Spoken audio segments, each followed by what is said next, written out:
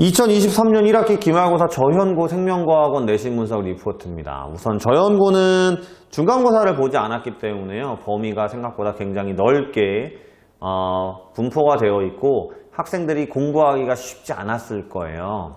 아무래도 이제 중간고사를 보지 않으면 학원이나 이런 데서 앞에 있는 부분을까지도 다시 한번 다뤄주기가 어렵기 때문에 처음부터 항상성까지였으니까 굉장히 넓다라고 볼 수 있죠. 차근차근 공부를 해왔던 친구들도 시험 보기 직전에 준비하기는 어려웠을 걸로 보입니다. 그래도 이제 기본 형태의 문제들이 많이 출제가 됐고요. 막 까다로운 문제들이 나온다기보다는 이제 학생들에게 정확한 개념을 묻는 형태의 문제들이 출제가 됐다고 보이고요. 저현고 같은 경우는 작년도 그렇고 1학기 중간고사 때는 생명과학을 보지 않는 경우가 많기 때문에 우리 다음 해 준비하기 위해서 내신 분석 리포트를 보고 있는 친구들은 생명과학 1은 이렇게 진행이 되는구나 라고 알고 계시면 좋을 것 같아요. 그래도 차근차근 준비를 잘하는 친구들이 많았습니다. 그래서 1등급이 6명인데 원점수로 따지면 90점대 후반 정도가 1등급인 걸로 보여서 역시나 학생들이 아무리 시험 범위가 넓든 어렵든 간에 시간을 들여서 차근차근 준비를 했던 친구들은 점수가 나오는구나, 나와야 하는구나 이렇게 생각하시는 게 좋을 것 같습니다. 처음부터 대사증후군까지는 9문제 정도가 출제가 됐고요. 나머지는 이제 신경전도나 근수축, 신경계 항상성 이 파트는 생각보다 좀 그래프나 그 다음에 그림 그리고 계산이 필요한 좀 까다로운 문제인데 고3 모의고사 형태로 출제가 됐어요. 하지만 범위가 넓다 보니까 많은 문제를 낼 수는 없으니까 평상시에 차근차근 준비했던 친구들은 잘 준비해서 시험을 보지 않았을까 생각이 들고요. 신경의 억제제 문제도 출제가 됐습니다. 그러니까 범위가 넓으면 좀 이렇게 그동안 나왔던 고3 형태의 문제만 나오는 게 보통인데 이번 연도에서는 신경 같은 경우는 억제제를 좀 타학교에서 중요하게 여기더니 저현고도 시험 문제를 냈고요.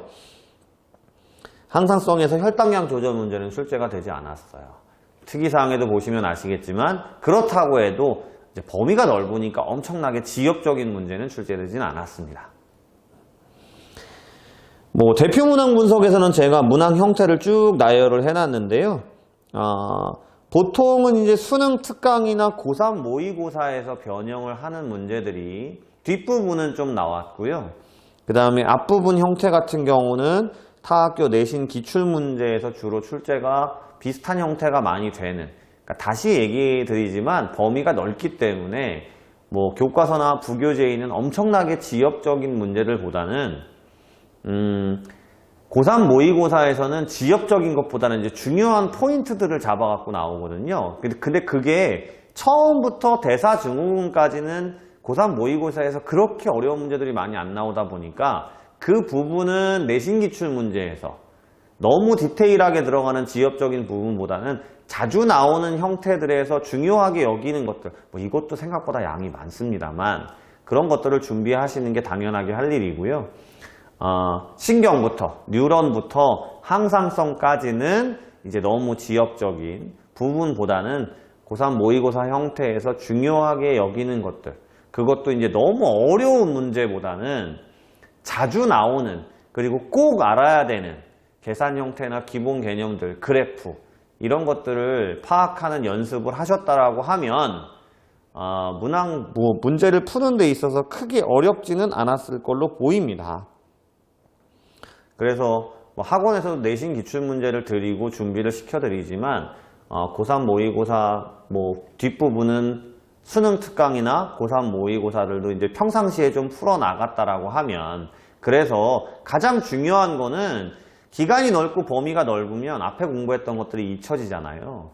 그러니까 본인이 문제를 많이 푸는 것도 중요하지만 그게 더 중요한 게 아니라 자기가 풀었던 것들이나 자기가 공부했던 개념들 중에서 내가 잊혀지기 쉬운 것들, 잘 이해가 안 갔던 것들, 자주 틀리는 형태들, 그걸 얼마나 정리해서 시험 보기 직전에 준비를 했느냐, 그것들이 이제 고득점을 결정하지 않았나 생각이 드는 시험이었습니다.